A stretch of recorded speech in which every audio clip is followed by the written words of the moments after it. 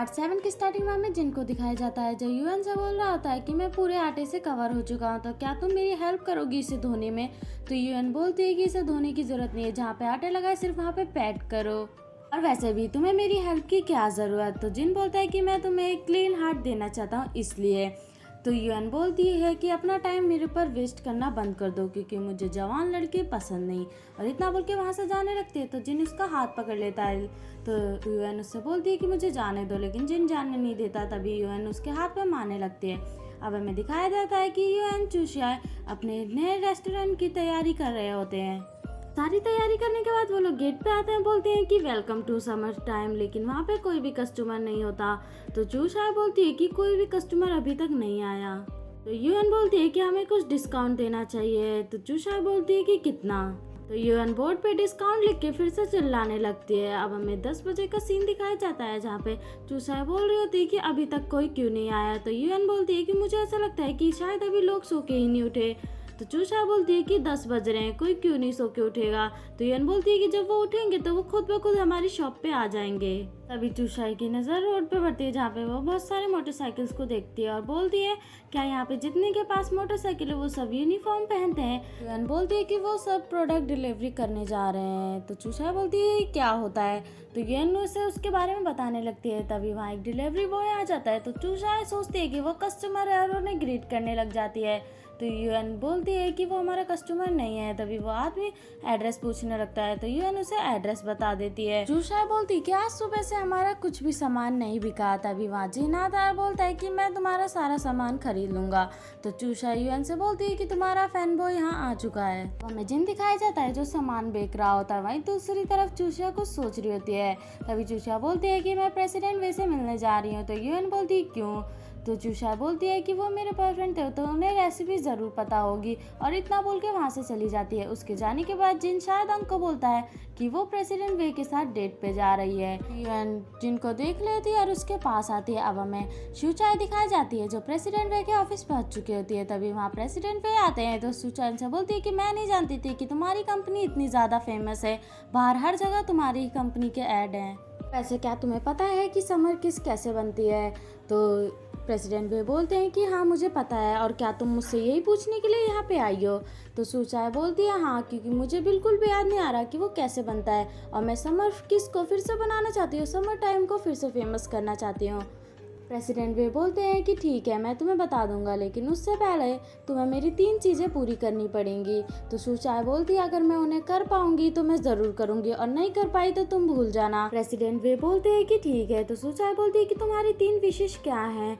तो प्रेसिडेंट वे बोलते हैं कि मेरी पहली विश है कि जब तुम समर किस बनाना सीख जाओगी तो मेरे लिए भी लाओगी। तो सूचाई बोलती है कि मुझे कोई प्रॉब्लम नहीं। तभी प्रेसिडेंट वे सेकंड विश रखते हैं और बोलते हैं कि तुम्हें मेरे साथ लंच पे जाना होगा। और इतना सुन के सूचाई कुछ सोचने लगती है।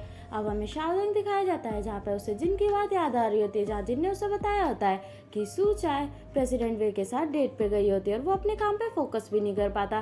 तभी वो अपना कंप्यूटर ऑन करने वाला होता है, लेकिन उसे वहाँ भी जिन की फोटो दिखाई देती है जहाँ जिन बोल रहा होता है कि प्रेसिडेंट वे के साथ सूचाई डेट पे गई है। हमें सूचाई प्रेसिडेंट वे एक होटल में दिखाए जाते हैं जहाँ प्रेसिडेंट वे सूचाई को एक पेन देते हैं और उससे बोलते हैं क्या तुम्हें ये पेन याद है।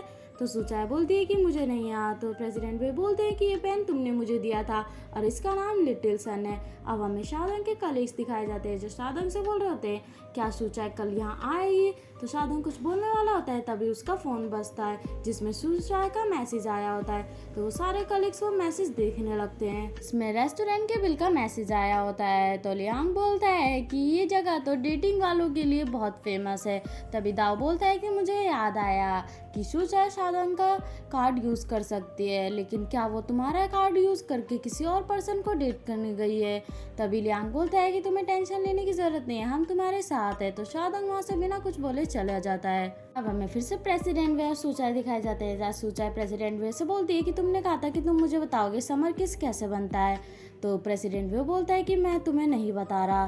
तो सूचाई बोलती है क्यों। तो प्रेसिडेंट वे बोलते हैं कि तुम हमेशा से मुझे यही बोलती थी जब भी मैं तुम्हारे समर किस के बारे में पूछता था। मैं प्रेसिडेंट वे और सूचाई रोड पे दिखाए जाते हैं जहाँ प्रेसिडेंट वे सूचाई से बोलते हैं कि मैं तुम्हें घर छोड़ देता हूँ। तो सूचाई बोलती है कि इसकी ज़रूरत नहीं है क्योंकि मैंने साइकिल रेंट पे ली है।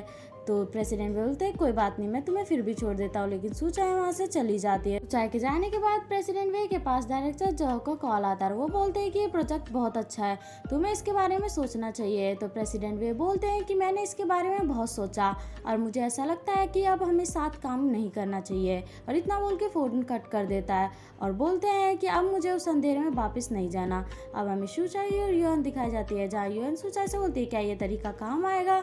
तो सुचाई बोलती है हाँ। तभी हमें दिखाई देता है कि शाओदोंग भी वहाँ आ चुका होता है। तो युएन शाओदोंग को देख के बोलती है कि वो उदास दिख रहा है। तो सुचाई बोलती है वो उदास नहीं है, वो गुस्सा है क्योंकि मैंने उसका कार्ड यूज़ किया।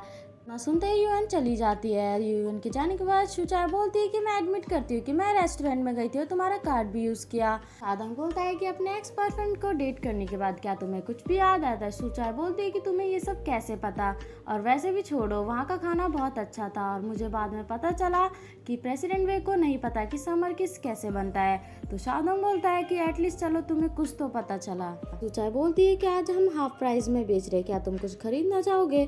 तो शाओदोंग बोलता है कि आज तुमने मेरे सारे पैसे खर्च कर दिए, तो मैं कुछ भी खाना नहीं चाहूँगा। तभी शाओदोंग बोलता है कि वैसे आज प्रोफेसर चैन ने हमें उनकी लैब में इनवाइट किया, क्या तुम्हारे पास टाइम है। तो सुचाई बोलती है कि तुमने तो कहा था कि तुम्हारी आज इंपॉर्टेंट मीटिंग है, क्या तुम्हारे पास टाइम है। तो शाओदोंग बोलता है कि हाँ मेरे पास टाइम है।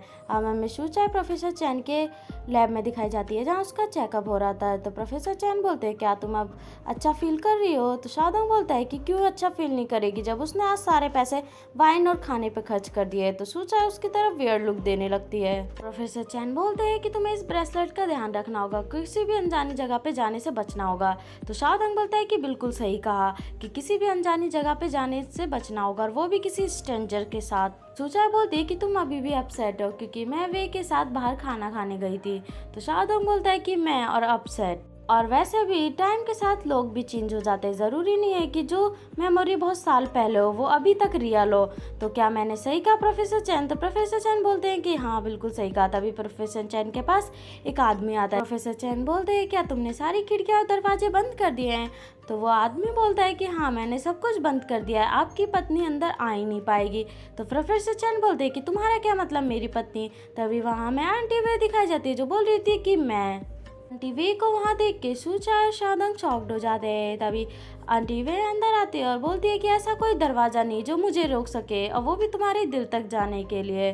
तभी आंटी वे सुचाई और शाओदोंग की तरफ देख के बोलती है क्या तुम दोनों यहाँ डेट कर रहे हो। तो सुचाई शाओदोंग बोलता है कि नहीं ऐसा कुछ नहीं है। तभी शाओदोंग की आंटी प्रोफेसर चैन के पास जाती है और उनसे बात करने लगती है। वहीं दूर से शाओदोंग और सुचाई उन्हें देख रहे होते हैं। अभी प्रोफेसर चैन वहाँ से भाग के अपने ऑफिस चले जाते हैं। उनके जाने के बाद सुचाई बोलती है कि आंटी वे आप एक रोल मॉडल हो। तो आंटी वे भी प्रोफेसर चैन के ऑफिस में चली जाती है, जहाँ आंटी वे प्रोफेसर चैन से बोल रही होती है क्या तुम मुझसे डरते हो। तो प्रोफेसर चैन बोलता है कि मैं तुमसे क्यों डरूंगा। और वहीं गेट के बाहर से सुचाई और शाओदोंग उन लोगों की बातें सुन रहे होते हैं। अब हमें सुचाई और शाओदोंग घर में दिखाए जाते हैं, जहाँ पे सुचाई ने शाओदोंग के लिए केक बनाया होता है। तो शाओदोंग वो सारे केक खा के देखने लगता है। तो सुचाई बोलती है क्या तुम्हें कुछ भी फील हुआ। तो शाओदोंग बोलता है कि मुझे इसमें कुछ भी फील नहीं हुआ। शाओदोंग बोलता है कि हमें क्या करना चाहिए जिससे तुम्हें समर किस के बारे में याद आ जाए। तो सुचाई बोलती है क्यों ना तुम मुझे किस करो। तो शाओदोंग बोलता है कि सीरियसली एक किस। तो सुचाई बोलती है कि हाँ तुम्हें पता नहीं है कि उसका नाम क्या है। तो शाओदोंग बोलता है कि समर किस। तो शाओदोंग बोलता है कि एक अच्छा आइडिया नहीं है। वही दूसरी तरफ सुचाई रेडी हो जाती है। शाओदोंग थोड़ा नर्वस फील करने लगता है, वो सुचाई के पास आने लगता है। तभी वो सुचाई को किस कर लेता है। अब हमें नेक्स्ट डे मॉर्निंग का सीन दिखाया जाता है, जहाँ जिन वो केक देख के बोल रहा होता है कि क्या यही समर किस है, लेकिन ये फैंसी केक की तरह दिख रहा है। तभी युएन वो केक खा के देखती है और बोलती है कि तुमने कर दिखाया, और तुम्हें इसके बारे में कहाँ से याद आया। इसका टेस्ट बिल्कुल वैसा है जैसे कि 10 साल पहले था। तभी जिन शाओदोंग से बोलता है क्या इस केक के याद आने के पीछे तुम्हारा कोई लेना देना तो नहीं है।